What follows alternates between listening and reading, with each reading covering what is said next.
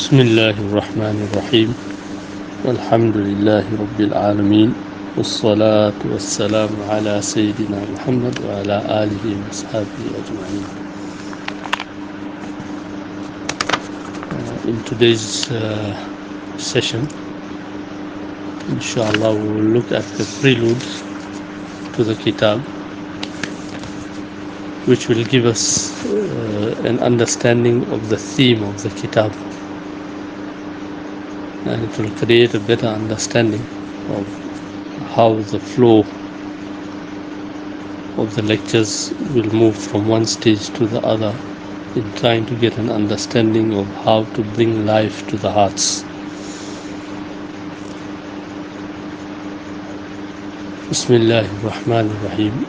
الحمد لله الذي نور قلوب أوليائه بأنوار هدايته صفاهم لتجلي صفة جلاله وجماله وكمال عظمته وأخلصهم للعكوف على بساط أنسه بالتقرب من حضرته وخلصهم وخصصهم لمناجاته ومحادثته ومكالمته ومخاطبته. ونشهد لله بإخلاص توحيده وتحقيق وحدانيته. لا إله إلا هو الواحد في ذاته والعظيم في صفاته والعزيز في فردانيته.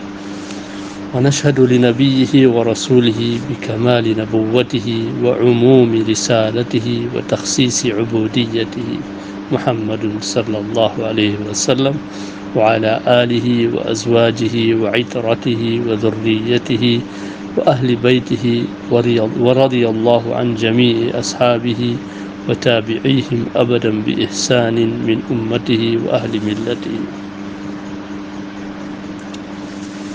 One of the principles of the Silsila Naqshbandiya is a particular dua that is prescribed to be read repeatedly in the course of making dhikr. The dua is Ilahi anta maqsoodi wa ridaka matlubi atini muhabbatika wa ma'rifatika. It is in Persian because the great masters of the Naqshbandi order existed during the Mughal Empire, whose official language, national language, was Persian, Farsi. The Arabic version of this dua is Ilahi anta maqsoodi wa ridaka matlubi atini muhabbatika wa ma'rifatika. O Allah, you alone are my objective. You alone are my maqsood. وَرِضَاكَ مَطْلُوبِي, and I seek your pleasure alone. That is my only ambition in life. So I beg of you, Atini, grant me muhabbatika wa ma'rifatika. Grant me your muhabba and grant me your ma'rifa. Grant me your love and your recognition. When I read this dua and pondered over each and every word, I experienced a special type of feeling and emotion. A yearning developed in my heart that if this important dua is explained in some detail, then Allah willing, it will prove beneficial to myself and to other genuine seekers. I tried to explain and expound on each of these words and read it out to my mentor and my Shaykh Hazrat Maulana Muhammad Ahmad Sahab Quddus Sirruhu in a special assembly. He expressed his approval and joy at hearing it. This gave me courage and increased my desire to render this service.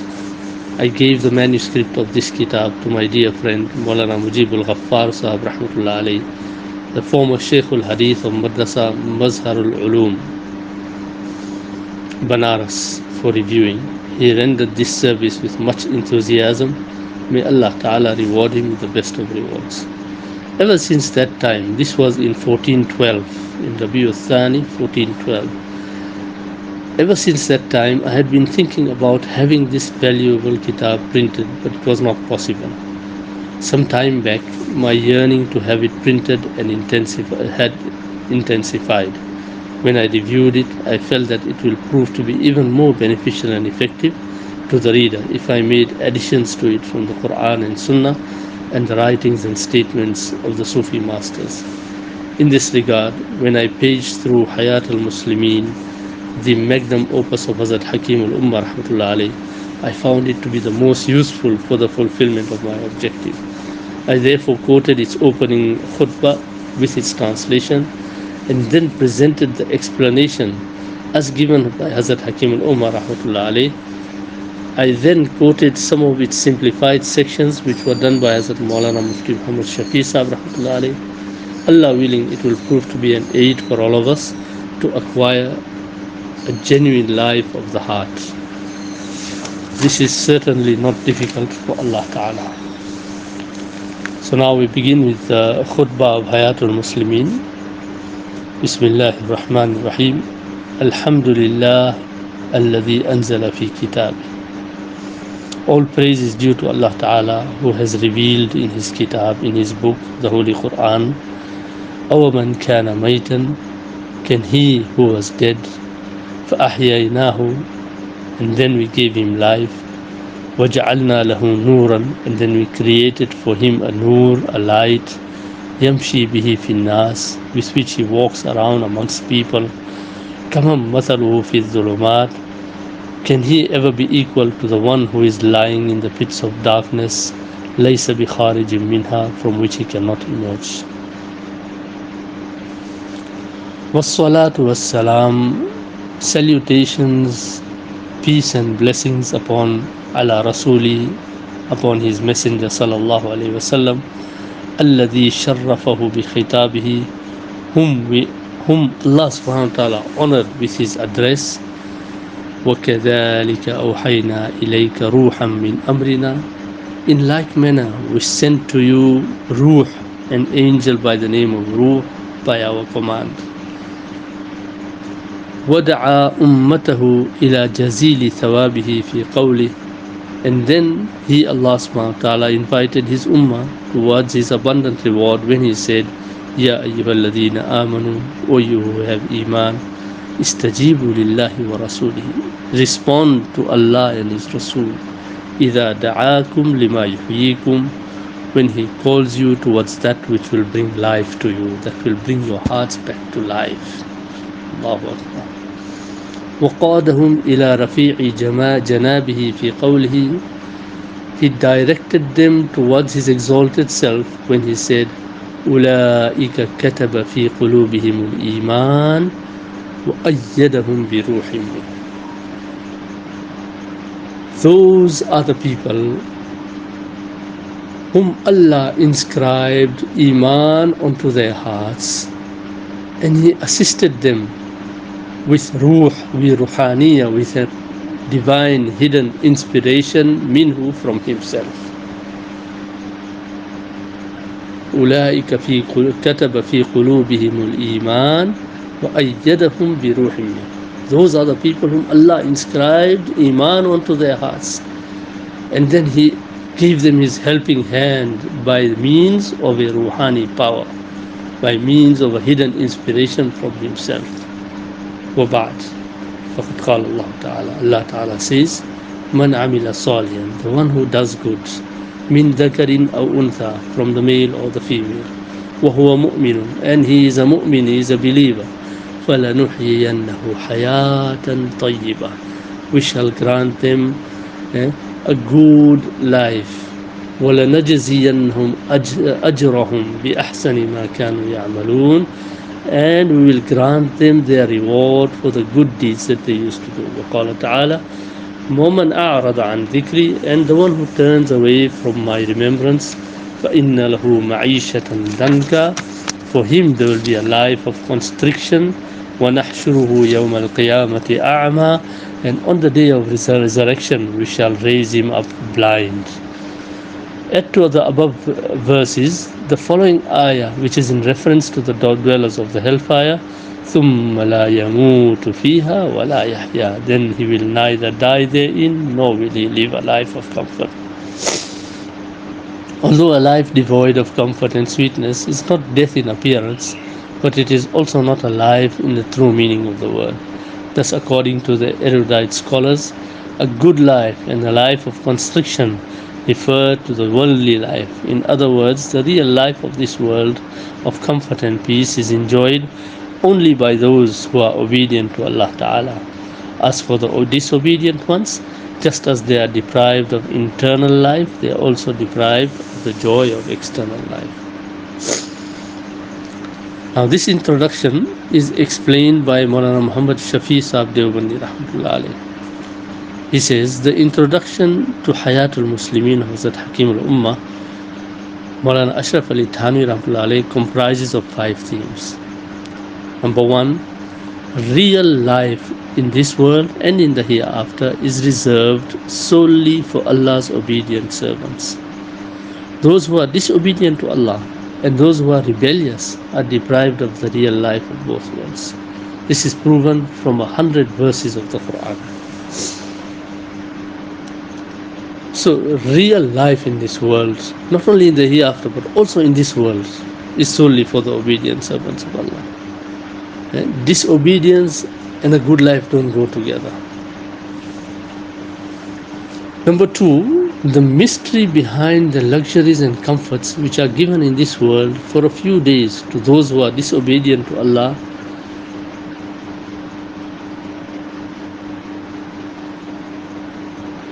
and those who rebel against Him. That is the second theme.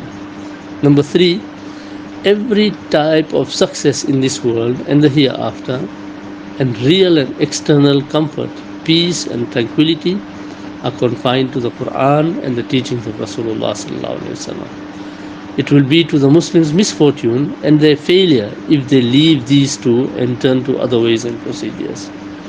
Theme number 4, attention is drawn to present day Muslims who become vexed by calamities and tragedies and run towards other various means and plans.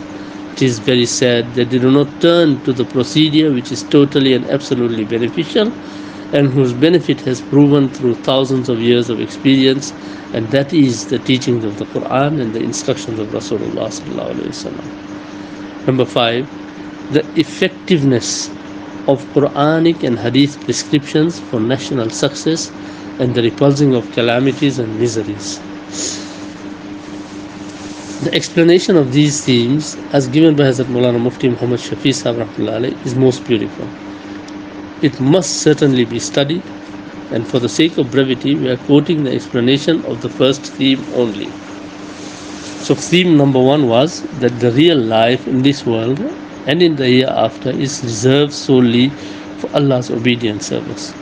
Those who are disobedient to Allah Ta'ala and those who are rebellious are deprived of the real life in both worlds. So the explanation is, real life is reserved solely for Allah's obedient servants. The foundation of your people is solely on Deen and Iman. Your life is dependent on practicing the Quran. Your success is confined to the grace of Allah subhanahu wa ta'ala, not on your strength, not on your numbers, not on your authority, and not on your resources. The Quran uses various words to refer to the teachings which were to come forth via the Anbiya alayhimu salatu wassalam, and these words include Ruh, Hayat, Noor. Observe the following ayat. Ayah number 1, أَوَمَنْ كَانَ مَيْتًا, can he who was dead, فَأَحْيَيْنَاهُ, and then we gave him light, وَجَعَلْنَا لَهُ نُورًا يَمْشِي بِهِ فِي النَّاسِ, and we gave him a nur whereby he walks amongst people. كَمَنْ مَثَلُهُ فِي الظُّلُمَاتِ لَيْسَ بِخَارِجٍ مِنْهَا, can he be equal to the one who is lying in the pits of darkness from which he cannot emerge? The second ayah, وَكَذَلِكَ أَوْحَيْنَا إِلَيْكَ رُوحًا مِّنْ أَمْرِنَا, in like manner we sent to you ruh from amongst our commands, by our commands. The third ayah, يَا أَيُّهَا الَّذِينَ آمَنُوا اسْتَجِيبُوا لِلَّهِ وَرَسُولِهِ, O you who have Iman, respond to Allah and His Rasul, إِذَا دَعَاكُمْ لِمَا يُحْيِيكُمْ, when He calls you to that which will bring you to life. Allahu Akbar. The next ayah, أُولَٰئِكَ كَتَبَ فِي قُلُوبِهِمُ الْإِيمَانَ وَأَيَّدَهُمْ بِرُوحٍ. Those are the ones whom Allah subhanahu wa ta'ala inscribed, wrote Iman onto their hearts, وَأَيَّدَهُمْ بِرُوحٍ مِّنْهُ, and helped them by His hidden inspiration, by His hidden ruhani power. The above verses refer to Quranic teachings as hayat, life, and ruh, a hidden inspiration. These obviously refer to the eternal life of the hereafter. Hazrat Urwa bin Zubair anhu and others are of the view that it also includes the life of this dunya. The following ayat clearly prove that real life and comfort in this world is also the reserve of those who obey Allah Ta'ala and Rasulullah Sallallahu Alaihi Wasallam. The disobedient are deprived of a genuine life and real peace, even in dunya. Man amila salihan min dhakarin wa untha aw untha. Whosoever does good deeds, male or female, wa huwa mu'min, while he is in the state of iman, فَلَنُحْيِيَنَّهُ حَيَاةً طَيِّبَةً, then we will definitely give him a good, pure life. وَلَنَجْزِيَنَّهُمْ أَجْرَهُمْ بِأَحْسَنِ مَا كَانُوا يَعْمَلُونَ, and we will grant them their reward for the good deeds that they used to do. The distinguished scholar of tafsir, including Hazrat Abdullah ibn Abbas and others, have explained that the world, life in this world, is actually the life of this dunya. They say that a good life refers to that life in which there is peace and tranquility. This life can be experienced only by those who are blessed with contentment, who are content with the taqdeer of Allah subhanahu wa ta'ala. They are pleased with whatever Allah Ta'ala has decreed for them. They are free from greed and avarice. Obviously, a life of this nature can only be conferred to obedient servants, and not to those who are disobedient to Allah Ta'ala. In fact, their lives are narrow and tasteless, even in the presence of countless created comforts and every type of bounty and wealth. Due to their greed and avarice, they never reach a point of contentment. They are constantly immersed in efforts to increase their wealth. When they experience a situation which is against their mental planning and forecast, then due to their dissatisfaction with divine decree, they become so distressed that they sometimes go to the extent of committing suicide. Many incidents of this nature by affluent people bear testimony to this fact. The following ayah makes reference to this theme. وَمَنْ أَعْرَضَ عَنْ ذِكْرِي فَإِنَّ لَهُ مَعِيشَةً ضَنْقًا وَنَحْشُرُهُ يَوْمَ الْقِيَامَةِ أَعْمَى. Whoever turns away from my remembrance, for him is a life of constriction, and on the day of Qiyamah we shall raise him up blind. As regards the constricted life which is promised to those who disregard the admonitions of Allah Ta'ala, some scholars of tafsir are of the view that it refers to the life of the grave. Others are of the view that it refers to this very life. This is the view of the distinguished tafsir scholars like Hazrat Ata rahimahullah and Sayyid ibn Jubair rahmatullah alayhi and others. There is really no contradiction between the two, because the life of such people will be constricted in dunya as well as in the grave. Another ayah makes reference to the dwellers of the hellfire as follows: ثُمَّ لَا يَمُوتُ فِيهَا وَلَا يَحْيَا. Then he will neither die therein, nor will he have a life of comfort therein, nor he will be living and yet not living. Although a life devoid of comfort and sweetness is not death in appearance, but it is also not a life in the true meaning of the word. Experience testifies to the fact that those who are disobedient to Allah Ta'ala can never enjoy the sweetness of life. Firstly, because their greed and avarice never permits them to be content. They are ever worried, ever concerned about increasing their wealth. Furthermore, it is a fact that every hope and every objective of even the greatest of persons cannot be fulfilled. So, when there is this situation that there will always be something that you wished for which will not be fulfilled, in such a situation, the obedient believers can at least take solace from their satisfaction with the divine decree and the taqdeer of Allah subhanahu wa ta'ala. When they experience something which is against what they intend, they can nevertheless take comfort from the reward in the hereafter. On the other hand, the disobedient ones are deprived of both. Consequently, they remain completely stressed and worried and anxious. In short, when they realize their objective, they have to worry about safeguarding it. When they do not realize their objective, they are filled with grief and worry and anger. In both situations, they do not enjoy tranquility of the heart, which is the essence of a good life. A poet says, if they do not have the dunya, they are pained and stressed. If they acquire the dunya, they are captured by its love. In fact, they are prisoners to it. They are prey to it. When looking at these three verses collectively, it becomes extremely clear that real life, which is another name for peace, comfort and tranquility, is reserved solely for the obedient servants of Allah Ta'ala, even in this dunya. The unbelievers and the sinners are deprived of it in this dunya as well, no matter how much physical wealth they possess, no matter how many positions they may have of their own. Having the goods of comfort does not necessarily mean that a person will actually enjoy comfort. This point is proven from many verses of the Quran, of which Hazrat Hakim al-Ummah rahmatullah alayh quoted 100 ayat in his footnote in the introduction of Hayaat-ul-Muslimin.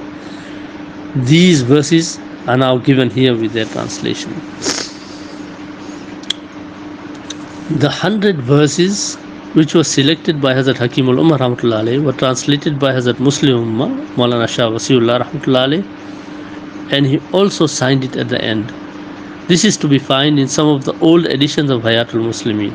Unfortunately, some printers have removed it. By the grace of Allah Ta'ala, we are working on a separate kitab comprising of the 100 verses selected by Hazrat Hakim al-Ummah rahmatullah alayh, translated by Hazrat Muslim Ummah rahmatullah alayh, together with explanations. This book is entitled Mawa'idul Quran. Alhamdulillah, this kitab has now been published.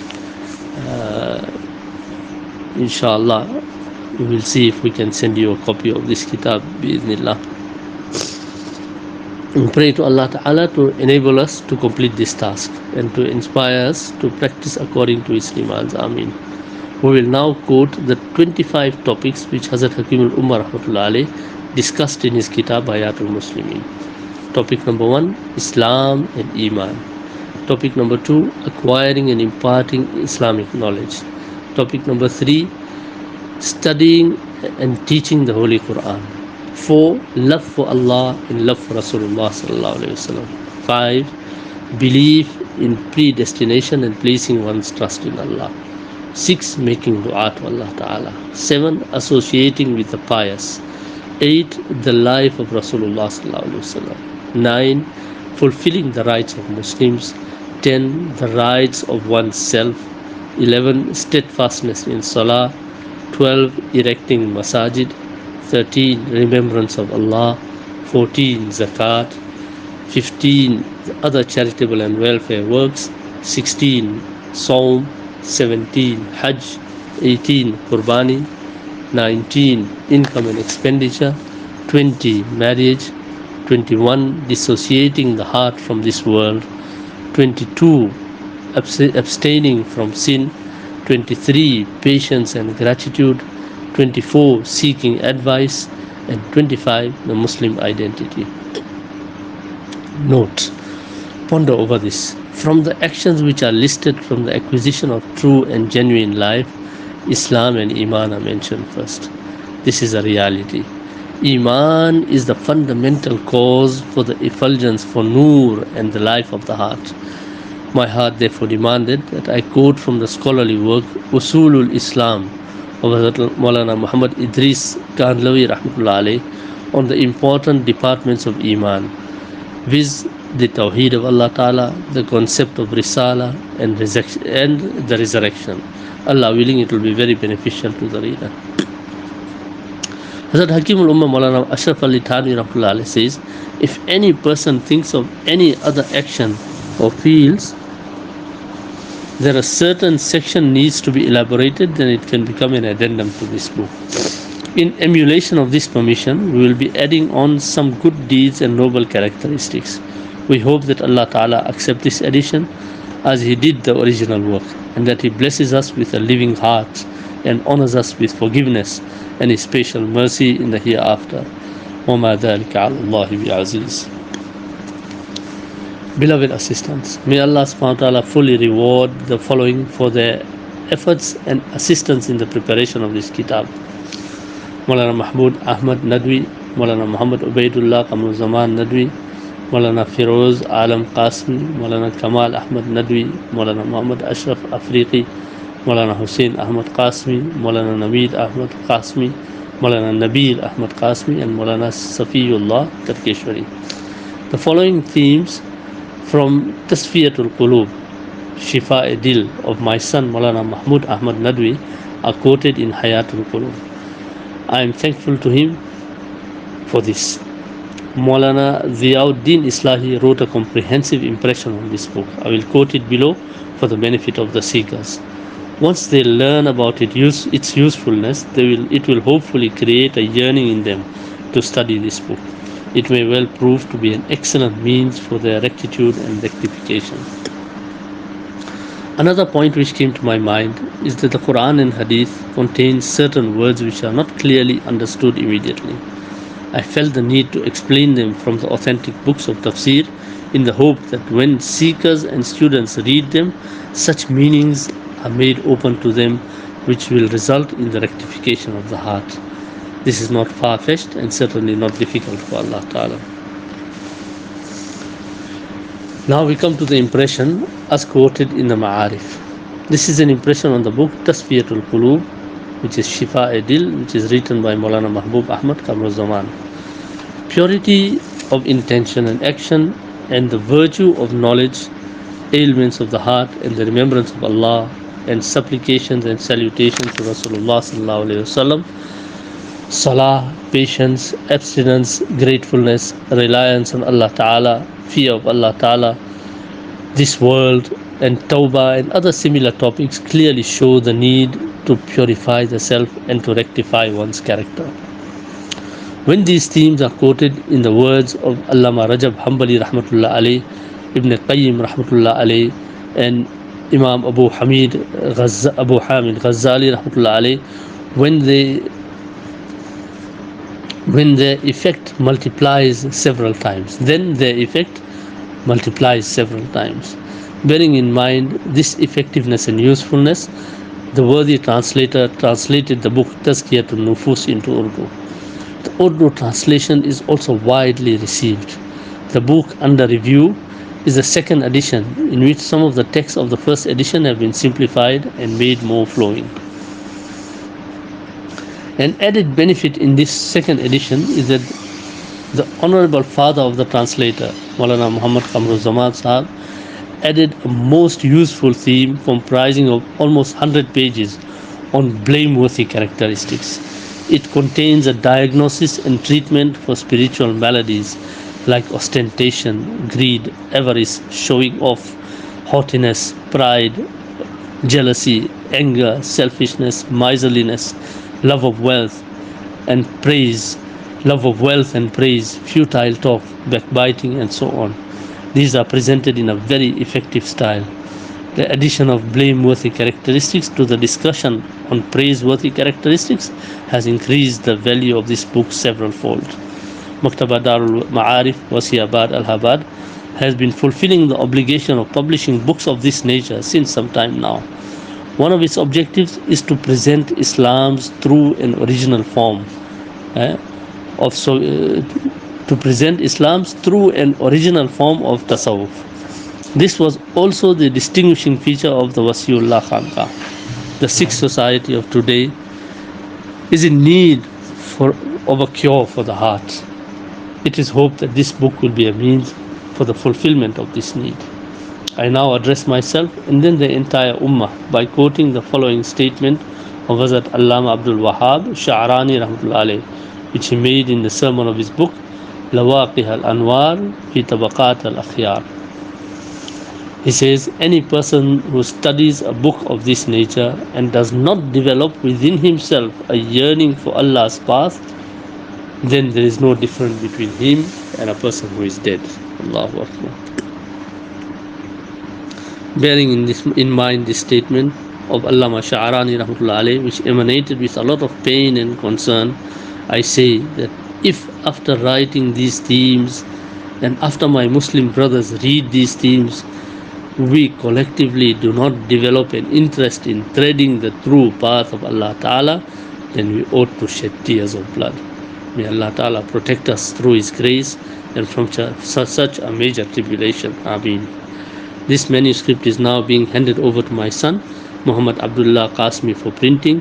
I make an earnest supplication to Allah Ta'ala to embellish this most special of books with His printing and to make it beneficial to the Ummah. Ameen. Written by Shaykh Muhammad Qamar Zaman illahabadi in Muharram al-Haram, 1436 after Hijrah, Baytul Azkar, Wasiabad, Allahabad, UP. So we end here with the prelude. May Allah subhanahu wa ta'ala grant us the tawfiq to understand some of these things, and may Allah subhanahu wa ta'ala really give us an appreciation. Truly, the title of this book, Hayaat-ul-Qulub, this book is truly Hayaat-ul-Qulub. May Allah subhanahu wa ta'ala give us tawfiq to benefit from it, and may Allah subhanahu wa ta'ala open the pathways of mahabba and ma'rifah and His closeness in this dunya and the hereafter. Wa akhiru da'wana alhamdulillahi rabbil alameen. Wa sallallahu ta'ala ala Sayyidina Muhammad wa ala alihi wa ashabihi ajma'in.